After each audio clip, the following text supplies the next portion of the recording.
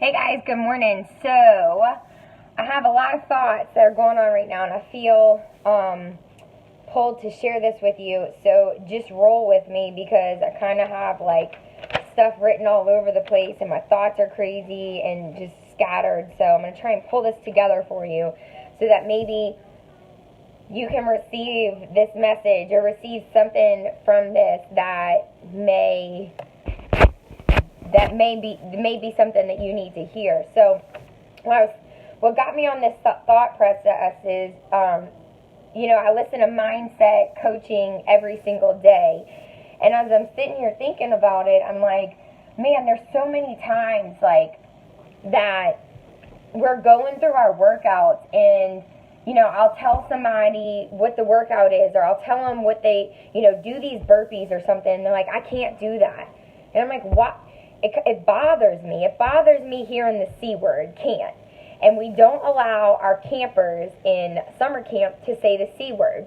We tell them, if you're going to say that you can't do something, you have to end it with yet. I can't do it yet. Maybe it's something that you're not good at yet, or something that you have to learn, or something that you have to get better at, because we're not all just going to be awesome at every single thing we do. We're all not going to be able to be the best athletic workout person ever. It doesn't always come naturally to us, but just like we all had to learn to walk, we didn't just give up on it as babies when we fell down. We didn't know how to walk yet. And so, a lot of the things that make me who I am today, I'm at a loss of words here. What makes me different today than who I was before is all this mindset coaching that I go through. And a lot of times there's so many thoughts that I have that I almost get overwhelmed with being able to share it with you, and I want you to have this. So these are my thoughts, is that most people do not challenge themselves. So in your workouts, or whether it's with your nutrition, or maybe it's with your career, or you have this giant goal in life that you want to go after, most people don't do it because of fear, because we're governed by our habits, we're governed by fear, and we're governed by opinions of outside people, outside of our head. We're governed by others' opinions. And so I want to break this down for you so that maybe this will be helpful to you. Because there was once a time that I had this dream, this grandiose dream that I didn't know if ever would happen, of owning a gym. That was a dream that was in me years ago. And I also was 65 pounds heavier. I had zero confidence in myself. I had no idea how to work out. I was in school and had just graduated. It was this time frame of my life that I had no idea how to own a gym. I looked at franchises so that someone could just hand deliver this information to me and say, this is how you run a gym. And the thing is that I was scared. I had no idea how to do it, but first of all, I didn't have the financial means to go into a franchise, but I also wanted to be the best trainer. I wanted to have an athletic body. I wanted to have that energy, I wanted to pull the athlete out of me. I wanted to feel good about myself, and that is what I craved more than anything. I think that's why I wanted to own a gym and why I wanted to be an athletic trainer, but I wasn't good at it.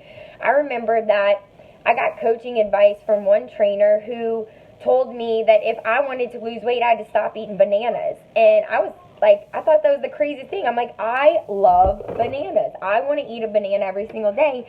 And if you're telling me I can't eat a banana to lose weight, I'm questioning now, do I even want to lose weight? Well, those are things that I learned along the way that, yeah, maybe there's better choices than a banana, but you don't have to give up bananas to lose weight. So what my point is that we all have to go through learning. There's trials and tribulations, and you have to combat your stinking thinking, your habits, your fears, and the opinions of others all in one swoop to be able to get to where you want to go.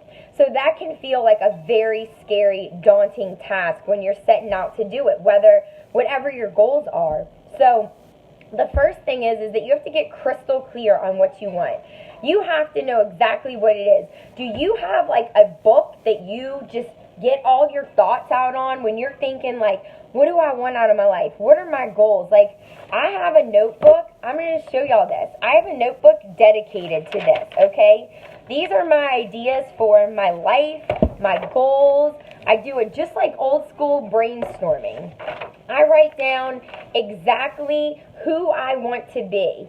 That is being an exceptional mom, an exceptional wife. It goes down to the details of the clothes that I wear, having my nails always done, looking done up, what my energy is, how that person speaks, how that person acts. You know, every single detail of who I want to be is written down because I need to be very crystal clear. I need to know exactly where I'm going to be able to backtrack, take the steps backward to planning. So if you think about it, I think that this is the most effective way to go after goals. It's like planning a wedding. So you have a wedding date in mind. I'm getting married in October, okay? So from October until now, only have a few months, what do I need to do? What are the steps that I need to take to be able to get married in October and have the wedding that I want? And so when you think about your goals in this manner, you're able to backtrack. And for me, that is a lot easier than just like, oh my gosh, what's my first step? Because there could be a bajillion first steps and like, what's the best thing to do first? So if you think like, okay, I'm getting married in October, I need to plan. I need to have a date set in stone, a time, and a venue. Then you can backtrack. I need to have flowers. I need to have a color scheme. I need to see who's going to be in my wedding. So that's what we have to do with our goals. You have to be very crystal clear on how it smells, how it looks, how it tastes, how you act in it, what's your energy like, and you have to write it down. Because if it's just in your head and you can't see it on paper, you can't obsess about it and you can't think about it, okay? So, you're thinking. This is the next thing. The thinking. When someone tells you to do 30 burpees in a row, what's your immediate thought process? Probably, I can't do that, or I don't want to do that. So your thinking has got to change. You're thinking you cannot get to be the person who you want to be with the same thought process that you have now. It has to change. It has to get better. It has to elevate because your thought process now is what got you to where you are now. So if you're overweight or your health is suffering or your career is suffering or your marriage or your friendships or whatever it is where your goal is, you got to this point because of your thinking. So you have to get better thinking. You have to surround yourself with people who think better than you, who have the life that you want, so that you could stop talking down to yourself. A huge pet peeve of mine is when someone immediately tells me they can't do something. I'm like, how do you know? How do you know you can't do that if you haven't tried? You have got to try, and you even have to fail before you can ever say you can't do something. And I still can't accept that you can't do it because it always is a learning process of getting better. So when you're in class, if you hear an exercise or a workout and you immediately think, I can't do that, you won't be able to do it because you've already told yourself that, and that's your thought process. And wherever your thinking goes, that's where you're going to take yourself. So if you've already drawn a line in the sand and you say, this is as far as I can go, I can't run around the block. I have bad knees, or I get out of breath, or I have 100 pounds extra on me. I have 50 pounds extra on me. I can't do that. I've never been a runner. I suck at running. I hate running. Do you think that with that thought process that you are ever going to get anywhere? You're not going to run around that block and you're never going to hit a mile or anything else because you've just drilled it into your head. I can't do this. So you have to put the brakes on when you start to have that stinking thinking, and instead of thinking about all of the negative and all of the reasons why you can't do something, you have to start thinking about all the possibilities of, damn, how sweet is that going to feel, and how sweet is that going to taste when I run around that block and I don't stop? Like, I am going to feel so badass. I'm going to feel empowered. I can't wait to do that. Like, oh my gosh, what if? What if I lose 50 pounds? Like, what if I stick this out long enough and start seeing muscles pop out? What if there's a day when I can throw clothes on and not look in the mirror and I'm just going to run out of the door because I feel confident and I feel good in my clothes? What if there's a day where I love my life? Like, don't you can feel the shift in energy from those two internal conversations. So you're thinking, you cannot talk down to yourself. You cannot say a negative thing. If you and I were in the gym together and someone said, y'all have to do 50 push-ups, and you immediately say, would you, like, think about this, would you immediately say to me, you can't do that? I've seen you. You're overweight. You can't do that. You probably will get through a few and then you'll have to quit. You would never talk to me like that. So don't talk to yourself like that, okay? That is the biggest thing that all of us humans struggle with. So you have to, if there's something in you that you just know there's something more out there, that you have this gut feeling that you can do more, that you want more, and it's fear that's holding you back, you have to start acting on what you want, or you're never going to get there. When it comes down to it, we sell ourselves short. And this goes with eating bad food too. How many times do I hear like, oh, but I'm going to dinner with my family, or we're having a family dinner on Sunday, or I'm going out to eat with my friends. Like, they're going to think I'm so weird if I order a salad, or they're going to give me so much crap if I don't eat the queso and the chips, or, you know, if I go off plan, they're going to rag on me. Like, first of all, who cares what your friends have to say? They might not have the same goals as you, so they don't have to do the same things as you. But if this is something, whatever your goal is, if this is something that you truly want, you can't stand in your own way, and you definitely can't let anyone else stand in your way. They don't have to live with your life. So if these are your goals and you're not going through with them because of someone else or what someone else says or what someone else thinks, you are the one that has to live with the regret, not them, because it's not their goals. So the next time that you go out to eat with someone that doesn't have the same goals as you, let them know. If they say something like, hey, this is my goal, this is what I'm going after, I am all in on this. Because the regret of not doing something is the worst pain. So you may have to go through some pain of sacrificing. You may have to learn. I remember the first time I went to a restaurant and didn't order something fattening. Because to me, going out to eat is a reward, and it's something fun, and they're cooking for you. And I want to eat the fattening foods. And I remember the first time I ever did it was out at Outback with my family, and I ordered grilled chicken and vegetables, and it was tough ordering that, but once I ordered it, I'm like, all right, all in, I can't change it. I ate it. I felt so proud after. But if I would have went and ordered the Caesar salad and the steak and the french fries like I always did, I would have left that restaurant with poor self-talk. I would have had no belief in myself, like, oh, you did it again. You're not strong enough to make these changes. You know, living with the pain of regret is much worse than living with the pains that come with discipline. Most people will resist and fight change as if it's worse than what they're experiencing now. When you're miserable and depressed, like, think about that hamster wheel. You've set a goal and you keep going after it, but then you give up or you sabotage yourself on the weekends. Like, think about that pain and the headaches and just the thoughts. Like, you can't stop thinking about it. Like, why did I do that to myself?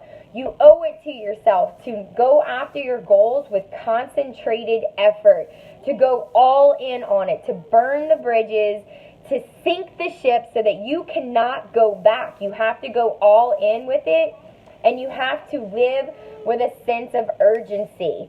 I have this underlined because it's so important. Like, okay, one day I'll lose the weight. One day I'll be athletic. One day I'll have the body that I want. Well, we're not promised a whole lot of time. You're not promised another day. So if you're always waiting for the perfect time or for things to have to be in place for us to take action, it's not going to happen. And so we have to throw ourselves into a sense of urgency. Like, I have to do this right now. I owe it to myself. I cannot have another meal that's a cheat meal. I have to go the next 30 days and I have to create better habits because the ones right now are not carrying me to where I want to be. I have to stop being afraid and believe in myself and know that whatever it is that I want to do, I already have the capabilities inside of me. I can do that, you know, because it's true. You already have the tools inside of you. You have the heart and the courage, and you just have to pull it out and act on it. And you have to not worry about other people's opinions, because everyone's got an opinion. And if you let it, They will throw their opinions at you, and it doesn't matter what anyone else thinks because it's your life, and your opinion should be the only one that matters, okay? So, at some point, you're going to have to look at what your goals are, and you are going to have to do whatever it takes to create what it is that you want. So, if it's losing weight and you keep spinning this hamster wheel of I'm doing good during the week, I'm hitting my workouts, eating clean during the week, and on the weekends you're sabotaging yourself, you're going to have to stop planning dates with people if that is the temptation. Or you could throw away all of your bigger size clothes and go all in on having to get to those smaller size clothes. It might sound extreme, but when you have no other option but to win, when it is sink or swim, do or die, you will learn how to swim. You will put yourself in the position that there is no other option, and your actions will start to back that up. Because you are going to want to go somewhere, and if you don't have no pants, you're going to have to start fitting into some pants that you do have, because otherwise you're going to get arrested for walking around with no pants on. Okay? So, most people are governed by their habits, their fears, and their opinions of others. You know, at some point, there have been many people in my life, and I can't even think of anyone specific, but I know that years ago, when I decided to change my life and have a more positive life, a healthier life, stop smoking, stop drinking, stop talking so poorly to myself, stop talking so poorly to everyone else, just believe in myself and go after my goals, there were people who doubted me, or maybe not necessarily doubted me, but let me tell you this, your loved ones sometimes think they have your best interest in mind, and they don't. Like, if I were to tell my mom that I am going to sell everything I have just so I can have this lump sum of money, and I'm going all in on this dream of whatever it is, buying this business. Mom, I'm going to sell my house, I'm going to sell Undaunted, I'm going to sell my car, and I'm going all in on this dream because I believe in it so big. I know that I can make this happen. Most likely, my mom's going to say, you're crazy, don't do it. Because she would, as a parent, you would rather err on the side of caution, like, that's probably something super risky and not the best idea. And your parent is not going to want to be responsible in case you fail. But this is the thing. You can fail at everything. If you're not going after your goals, that's failure. You're selling yourself short. So you can't worry about the opinions of, others, even if it's someone you respected or someone that believed in you who said, oh, I don't know if you can do that. How would they know? You don't even know. You haven't tried. People who don't have your dreams and goals don't get a say-so in your life. You have to go after your dreams and goals. And you cannot take advice from someone who is not living the same life as you. If your goal is to be fit and healthy and athletic, and you want to do battle ropes as fast as you can, and you want to be able to do push-ups and pull-ups and live this super fit life, and you're going and getting advice from your uncle who is sitting on the sofa eating Cheetos all day and dropping crumbs on his belly, who doesn't fit in his shirt. And this isn't my family. I'm just pulling something that came to my mind. But if you're taking advice from your friends who are drinkers or go out and, they're not looking to have a super athletic life, or they're not looking to be super strict on their eating. They're in a different stage. They have different goals than you. So going out to eat or having drinks works for them, but that won't work for you. You can't take advice from them when they say, I think you're going a little crazy in the gym, or I think you're doing this too hard, or you're pushing yourself too hard, or, oh, I don't know, is that boot camp good? Is it really good to not have any pasta? I mean, you treat yourself. You should do that, honey. You need some pasta. Well, your mama doesn't have the same goals as you, and if she's telling you to eat pasta, that's not advice that you should be taking, because y'all are not in the same arena. Y'all don't have the same goals. You have to support yourself, and you have to get people around you who support you. And it's not that your mama's trying to fatten you up with the pasta. She loves you. You're an Italian family. This is how we show love. You have to eat the pasta. It's rude to go to your mom's house if she made you pasta and you don't eat the pasta. But you know what? For this time only, you're going to put yourself first. Not only. From this point forward, you're going to put yourself first. So when you go to your mama's house for Sunday dinner and she offers you the pasta and the garlic bread and the Parmesan fresh grated cheese for your pasta and y'all got pecan pie after, you're going to say, Mom, look, I got goals and I can't do it this time. I love you and I love your food. Thank you so much. But I can't eat that because that is not going to help me get to where I want to be. And if I don't follow my goals, I am going to regret it. I'm not going to feel good about myself. So y'all, bottom line is we have got to all start believing in ourselves better. You got to have courage. You got to have courage to go after the goals that you want, to be the person you want to be. And you have to know that it is okay to be who you want to be, even if it doesn't fit into the mold of what someone else thinks you should be. Okay? Courage comes from a French word called of the heart. So it means you have to follow your heart. You have to have courage to follow your heart and go after what you really want. Because there's going to be plenty of naysayers along the way, and we have to learn to not be one of those negative people talking down from yourselves. What you give your energy to grows.